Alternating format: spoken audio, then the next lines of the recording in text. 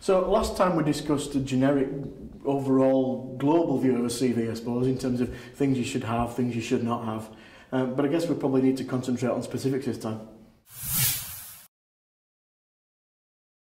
One of the things to concentrate on is pet hates, because I know every recruiter's got some. Can you give me some of yours?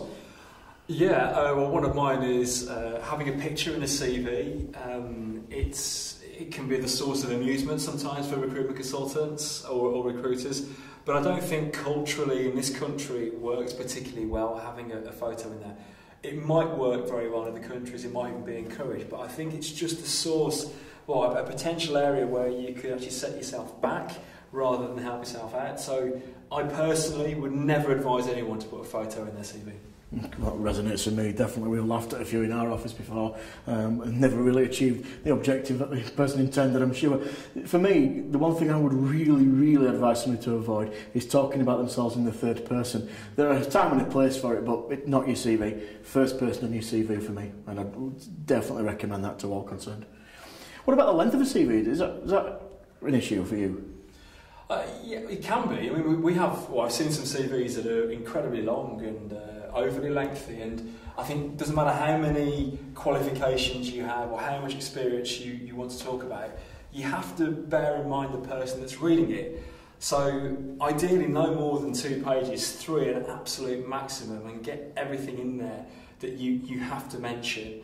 Anything longer than that, and I think you're just putting people off. What are your views on personal profiles? They're not for me. I know some people do like them, so I wouldn't say a hard and fast rule not to include it, but I'd think long and hard about whether I was going to include it. And if you are, keep it punchy, keep it succinct, and keep it relevant. So summary, err on the side of not using it, but if you desperately want to use it, keep those 3 rules in mind. So when it comes to building your CV from scratch, what's the best way of getting it laid out? There are an infinite number of ways of doing this, but I'd say that there are some specific rules of thumb. If we talked before about profile, so let's say you've decided to use a profile, the name and address and contact details at the top, obviously. Quick point on that, definitely make sure you've got a phone number on there. But then if you've gone contact details, I'd then put the profile, keeping it short. I'd then go into job history, and a quick tip on job history, make sure your current job is the first job that appears, not the last job, because that's what the recruiter is looking for, and they don't want to have to go and find it. From there, I'd go into education, and the size and content of that depends on how relevant it is to the job, and without being a bit snobby about it, it depends on what you've achieved. Good degree, worth putting some detail in there, couple of GCSEs, gloss over it, put them on, but don't dwell on it. And then I'd also put a little bit in about hobbies and interests, but be mindful not to alienate people, so keep that fairly generic as well. I think something I would add to that is aesthetics and the way the CV looks overall, not just content, but how it's actually presented. It might not matter to some people, but it might matter to others, and if it can give you 5 or 10% advantage over someone else, then have it in mind. And what I basically mean by the way it looks is make sure it's well spaced, it's well presented, there's the right use of bold font, you use a font that's legible as well, which is also can be something that's very, very irritating for recruiters. But when you talk about key sections that you need to bullet point, use bullet points. They can have emphasis and impact, and they can make a point easier to understand and digest. What about those that are not very good at that? Because that's not one of my strong points, I've got to be honest. Can you get help from somewhere for that? Well, the help you probably could get, there's probably some CV templates online that could help you in terms of how to present it. I know there's some in Microsoft Word which you could use as well.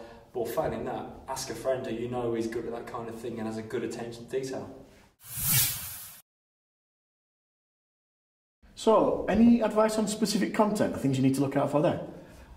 I think when you write your CV and you talk about your jobs and anything, keep the language clear and concise and easy to digest. No jargon, no continuous chunks of prose, just separated by commas.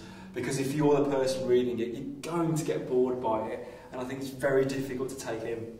It's a good idea, that, and I'm surprised how many people don't follow it as well. I think the other thing to point out is, in terms of jobs, we talked about putting your current job first, but then in terms of what to put on under that, I'd have a brief 1 or 2 lines about what the job was, but then get into the nitty-gritty, the meat of it, if you like, and get down some key achievements on each job.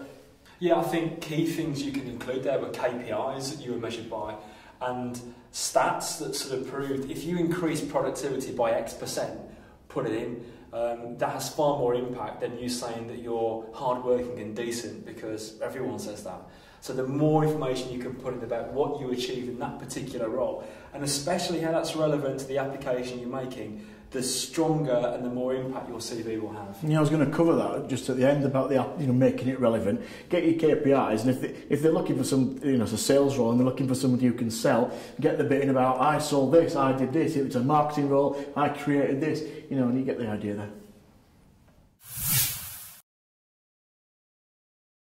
So, is there anything else you think we should cover?